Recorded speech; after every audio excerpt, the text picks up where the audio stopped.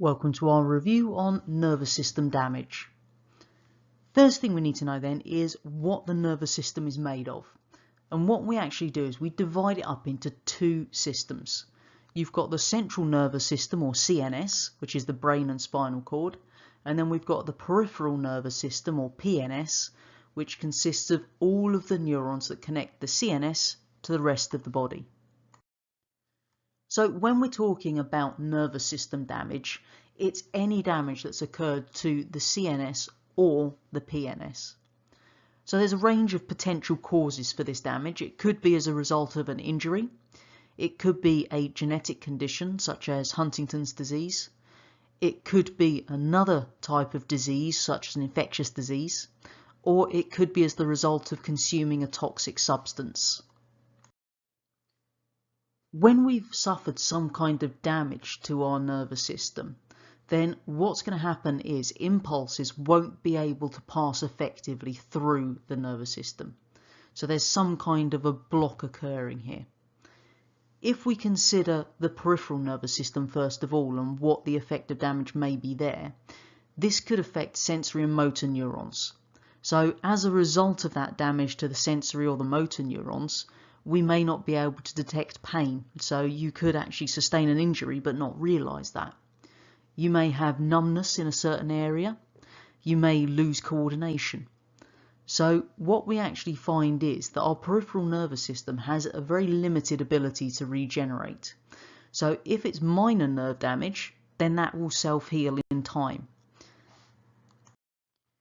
If someone suffered more severe nerve damage, then there is the potential for it to be treated through surgery.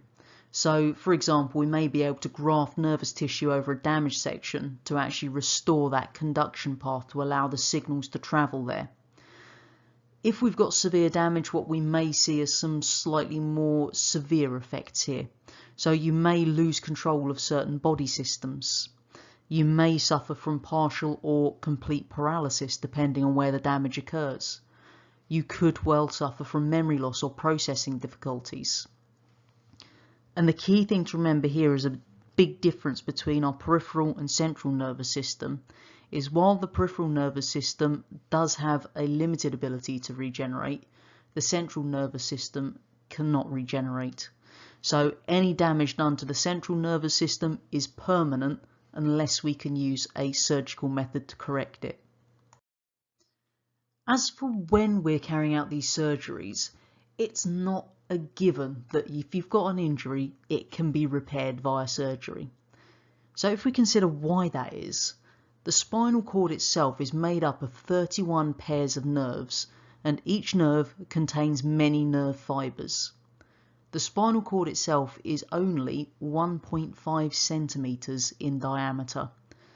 So what we'd need to do in order to have some kind of a repair to our spinal cord is identify within that 1.5 centimetre diameter cord which particular nerve fibre has been damaged and carry out a repair without damaging any of the others. And that, as you can imagine, is not an easy task. So what we generally find is those people who do have spinal injuries, then this is normally irreversible.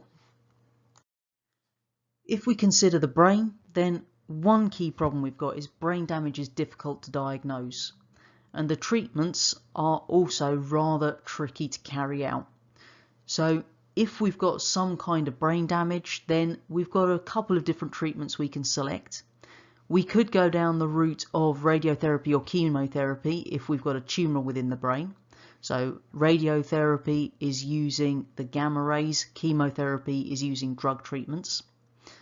We could go for surgery in order to remove damaged tissue, but big downside of this is obviously the fact that some areas of the brain not exactly easy to get to without damaging surrounding areas.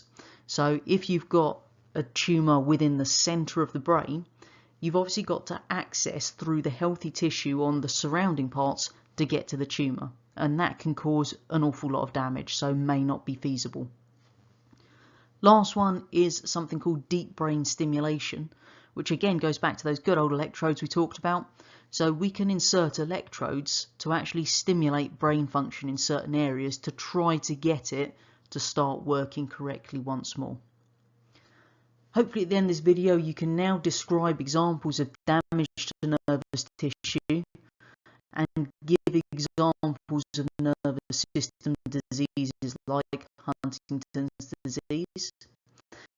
You can also explain the difficulties in treating the nervous system.